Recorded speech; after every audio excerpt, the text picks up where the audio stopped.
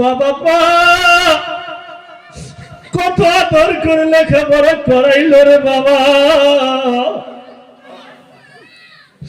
মা এই সময় সন্তান পেটে নিয়েছিল, মা বলেছে আমি লজ্জার কারণে আমার দুঃখের কথাটা আমার শাশুড়ি কেউ বলি নাই,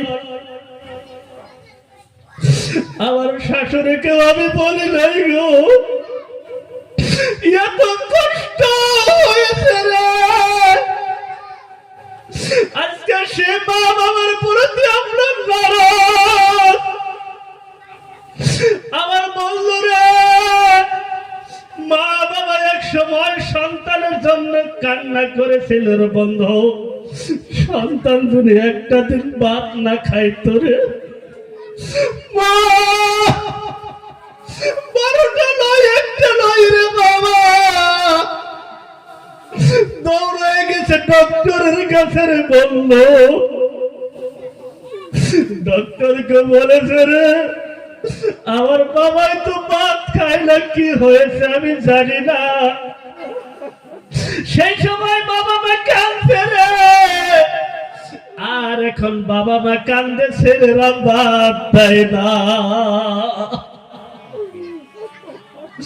এখন ছেলেরা কান্দে রে, মা বাবা কান্দে রে মুসলমান, বলে আমার সন্তান আমাকে ভাত কাপড় দেয় না রে মা। এই ঠান্ডার মৌসুমে, এই শীতের সময় রে বাবা, মা আমাদেরকে কত সান্ত্বনা করে দিয়েছে। এই যে জায়গার মধ্যে আমরা বসেছি রে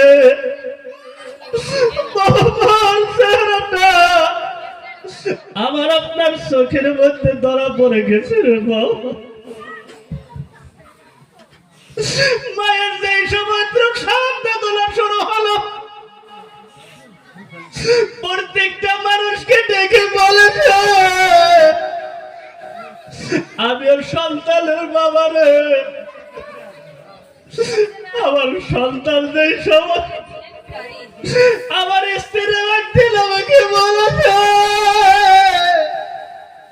স্বামী গো আমি বারার দুনিয়ার জমিনে বেঁচে থাকবো না, কারণ পেটের মধ্যে যে যন্ত্রণা শুরু হলো রে, আপনি আমাকে মাফ করে দিবেন গো স্বামী। কারণ হলো প্রসব বেদনার সময় যদি আমি দুনিয়ার জমিন থেকে বিদায় হয়ে যাই, যতদিন পর্যন্ত আমার বাবা মা আপনার কাছে আমাকে দিয়েছিল রে বললো, এতদিনের ভিতরে যদি আপনার কাছে আমি কোনো বেয়াদবি করে থাকি, আপনার কাছে যদি আমি কোনো অপরাধ করে থাকি রে বাবা,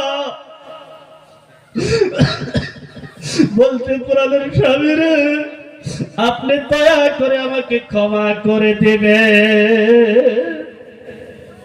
আমার বন্ধুগণ কি দিয়ে আপনাদেরকে বোঝাই মা বাবার কথা।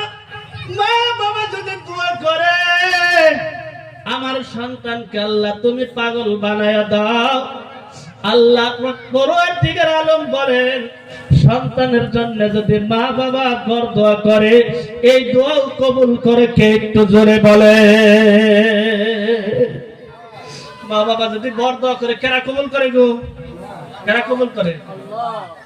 ভালো দোয়া যদি করে